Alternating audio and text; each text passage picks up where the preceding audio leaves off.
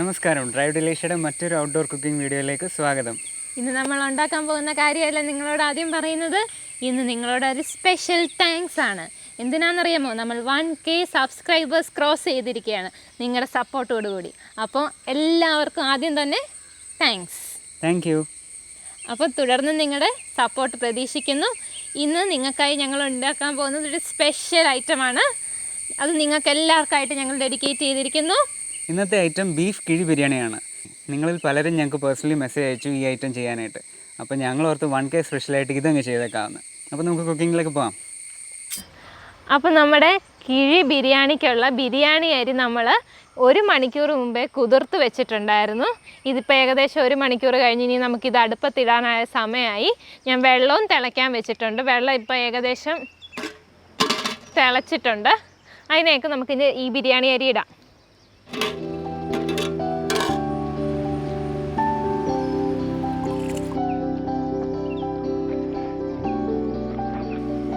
എല്ലാ വീഡിയോസിനകത്തും ഇവനിപ്പോൾ ഇതിനകത്ത് ഇടാനുള്ള കുറച്ച് കറുവായിലൊക്കെ പറിച്ചുകൊണ്ട് വരാം നമുക്ക്. വാ.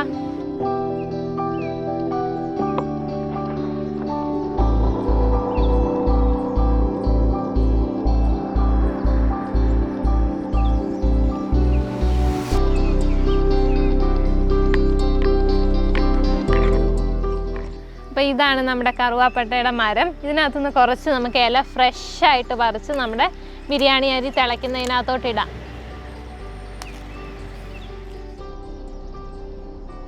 അപ്പം നമുക്കിനി ഒരു ജാതിക്ക വേണം, അതും കൂടി പറിക്കാം.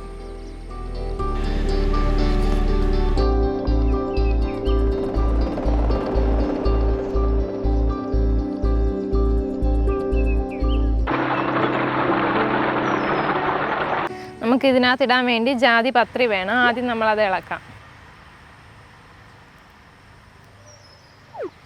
ഈ ജാതിക്കയുടെ തോടൊന്ന് പൊട്ടിച്ചെടുക്കണം. പൊട്ടി എന്നിട്ട് ഈ സീഡിനകത്തുള്ളത് നമ്മൾ കുറച്ചെടുത്താൽ മതി, മുഴുവൻ വേണ്ട. ഏലക്കായും ഗ്രാമ്പും അതും ജസ്റ്റ് ഒന്ന് ഇടിച്ച് നമ്മൾ എടുക്കുക. അപ്പം എൻ്റെ ഈ കറുവാപ്പട്ടയുടെ ഇലയുണ്ട്, കറുവാപ്പട്ടയുണ്ട്, ജാതിക്കയുണ്ട്, ജാതിപത്രിയുണ്ട്, പിന്നെ ഏലക്കായും ഗ്രാമ്പും. ഇത്രയും കാര്യങ്ങൾ നമ്മൾ ആ വെള്ളത്തിനകത്തോട്ട്, ബിരിയാണി അരി ഇട്ടില്ലേ ആ വെള്ളത്തിനകത്തോട്ട് ഇതിട്ട് കൊടുക്കണം.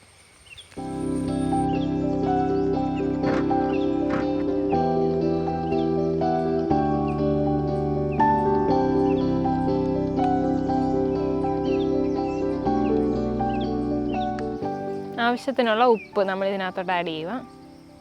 നമുക്കൊരു നാരങ്ങ ഇതിനകത്ത് അരമുറി മതി. അരമുറി ഒന്ന് പിഴിഞ്ഞ് ഇതിനകത്ത് ഒഴിക്കണം. നമ്മൾ നാരങ്ങ ഈ ചോറ് തമ്മി ഒട്ടിപ്പോകാതിരിക്കാൻ വേണ്ടി.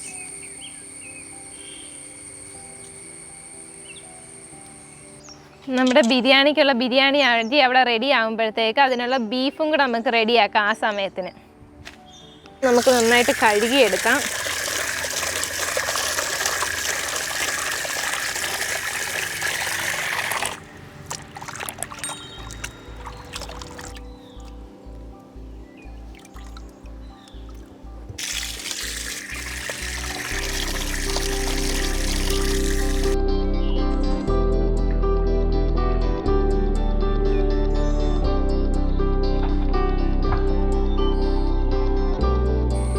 നമുക്കിതൊന്ന് തുറന്ന് നോക്കാം.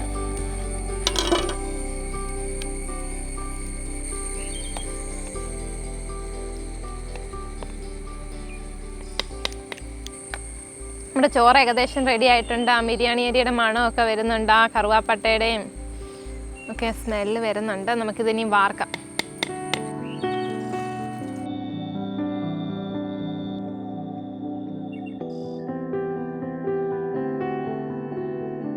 അടുത്തായി നമുക്ക് ബീഫ് വേവിക്കാൻ വെക്കാം. ഇത് ഇച്ചിരി വലിയ പീസാണ്, സാധാരണക്കാട്ടിലും എല്ലോട് കൂടിയ പീസാണ് കുറച്ചൊക്കെ എടുത്തേക്കുന്നത്. അപ്പം ബിരിയാണിക്കുള്ള മസാല എപ്പോഴും ഫ്രഷായിട്ട് പ്രിപ്പയർ ചെയ്യുന്നതാണ് നല്ലത്. അപ്പോൾ ഇതിനകത്ത് എന്തൊക്കെ വേണമെന്ന് ഞാൻ പറയാം. ജീരകമുണ്ട്, ഏലക്കയുണ്ട്, തക്കോലമുണ്ട്, ഗ്രാമ്പുണ്ട്, കറുവാപ്പട്ടയുണ്ട്. ഇതെല്ലാം കൂടി ഒരുമിച്ച് നമുക്ക് പൊടിച്ചെടുക്കാം.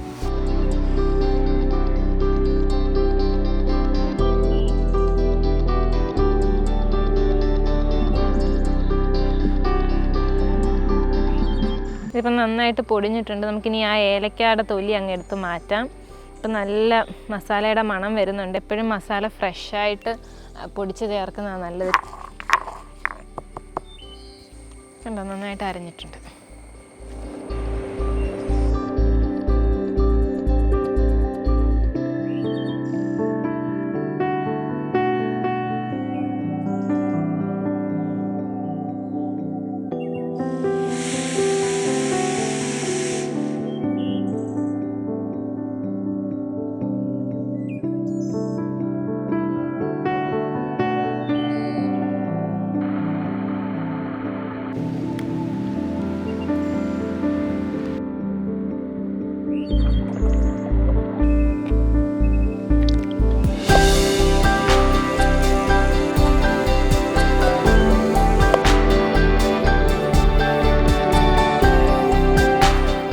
ബിരിയാണിക്ക് ആവശ്യമായ പറങ്ങണ്ടിയും മുന്തിരിങ്ങയും നമുക്ക് വറുത്തെടുക്കാം.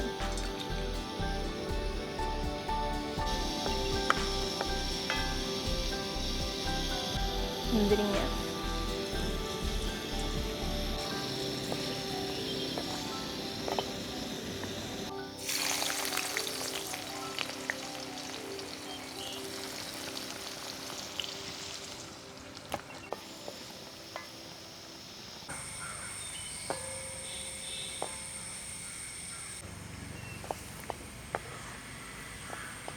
അപ്പം ബിരിയാണിയുടെ അരപ്പിനുള്ള ഇഞ്ചിയും പച്ചമുളകും വെളുത്തുള്ളിയും കൂടെ നമുക്കൊന്ന് അരച്ചെടുക്കണം. അതൊന്ന് അരച്ചെടുക്കാം.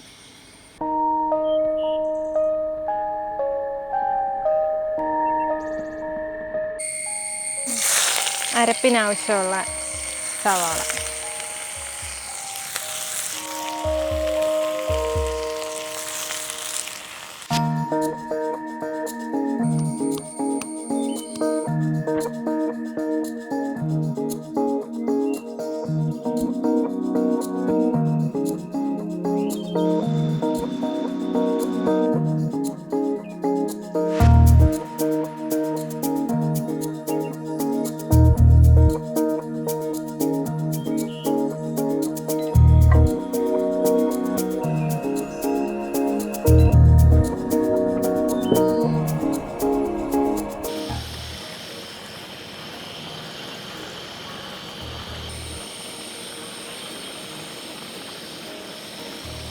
അടിപൊളിയായിട്ടുണ്ട്.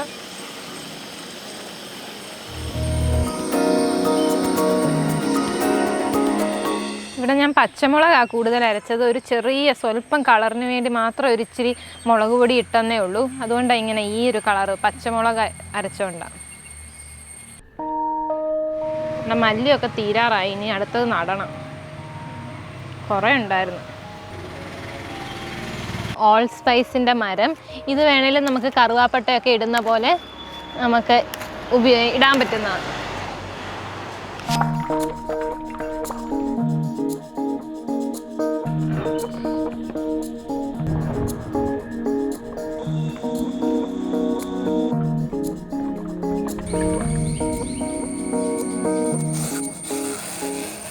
അപ്പം നമ്മുടെ കിഴി ബിരിയാണിയുടെ ഫൈനൽ സ്റ്റേജിലേക്ക് എത്തിയിരിക്കുകയാണ്. അപ്പോൾ കിഴി ബിരിയാണി ഉണ്ടാക്കാൻ വേണ്ടിയുള്ള വാഴയിലയൊക്കെ ഞാനിവിടെ വാട്ടി വെച്ചു. അതിൻ്റെ പുറകിലത്തെ നാര് ഇത് കളഞ്ഞു, കെട്ടുമ്പോഴത്തേക്ക് പൊട്ടിപ്പോകാതിരിക്കാൻ വേണ്ടി. അപ്പോൾ ഇനി നമുക്ക് കിഴി ഉണ്ടാക്കാൻ തുടങ്ങാം. ഞാനിവിടെ 3 വാഴയില എടുത്തിട്ടുണ്ട്. ഇങ്ങനെ തിരിച്ചും മറിച്ചും വെച്ച് പൊട്ടിപ്പോയാലോ എന്ന് കരുതി. അപ്പം നമ്മൾ കിഴി കെട്ടാൻ പോവുകയാണ്. കിഴി കെട്ടാൻ പോകുന്നതിന് മുമ്പ് ഇതിൻ്റെ മണം അടിച്ചിട്ടിച്ചാന് വിശപ്പ് തുടങ്ങിയെന്ന് പറഞ്ഞിട്ടുണ്ട്. അപ്പം നമ്മൾ വേഗം കെട്ടാം.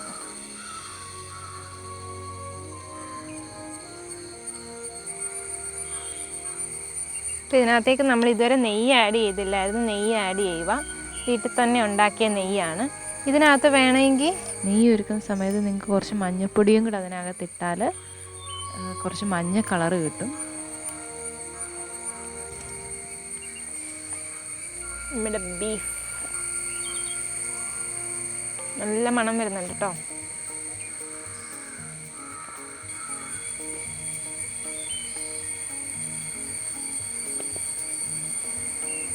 നമ്മുടെ ഭക്ഷണയിലൊക്കെ അതിനകത്ത് നിന്നിട്ടുണ്ട്. സവാള വറുത്തത്,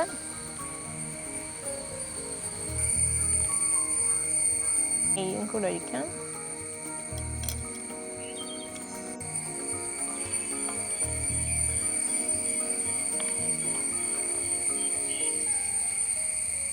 ഓൾ സ്പൈസ് വെക്കാം.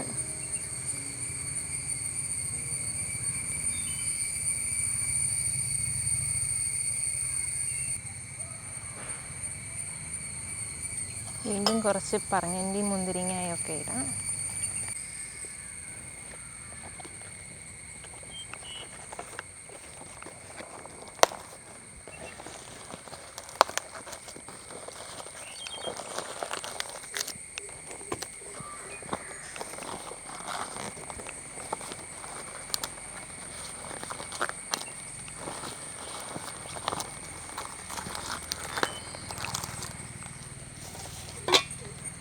വാഴയുടെ തന്നെ വാഴനാരാണ് എടുത്തേക്കുന്നത്.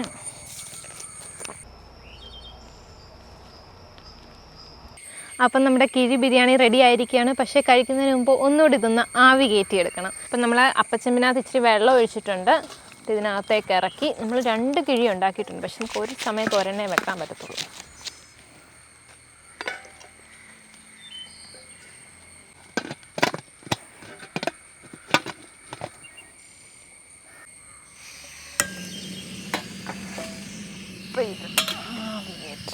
ആവി വന്ന് തുടങ്ങിയിട്ടുണ്ട്. അപ്പം നമുക്കിതിനി ഓഫ് ചെയ്യാറായി.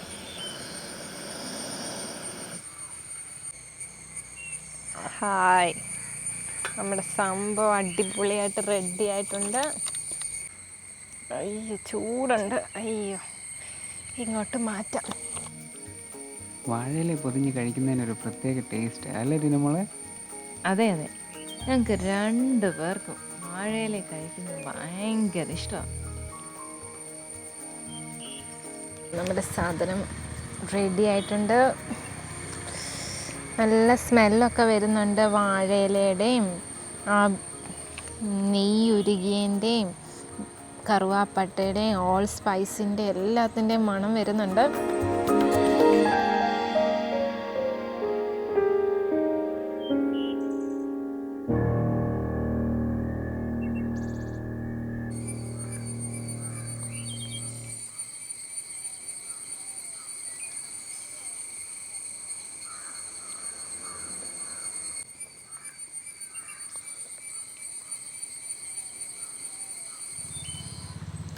നല്ല സൂപ്പറാണ്. നല്ല വാഴയിലയുടെയും നെയ്യ് ഉരുകിയതിൻ്റെയും ഒക്കെ മണവും ഉണ്ട്, ടേസ്റ്റും ഉണ്ട്. ഒരു രക്ഷയില്ല, നല്ല കിടുവാണ്. അപ്പം നിങ്ങളെല്ലാവരും ഇത് തീർച്ചയായിട്ടും ട്രൈ ചെയ്യണം. ഞങ്ങളുടെ ഈ വ്യത്യസ്തമായ വീഡിയോ നിങ്ങൾക്ക് ഇഷ്ടമായെങ്കിൽ തീർച്ചയായിട്ടും ലൈക്ക് ചെയ്യണം. ഇതുവരെയും ഈ ചാനൽ ആരെങ്കിലും സബ്സ്ക്രൈബ് ചെയ്യാത്തവരുണ്ടെങ്കിൽ ഒന്ന് സബ്സ്ക്രൈബ് ചെയ്യണം. നിങ്ങളുടെ അഭിപ്രായങ്ങൾ കമൻറ്റ് ചെയ്യണം. Bye bye. നമുക്കൊന്ന് പൊടിച്ചെടുക്കാം. അയ്യോ വാഴയില തിന്നാൻ വരുന്നുണ്ട്.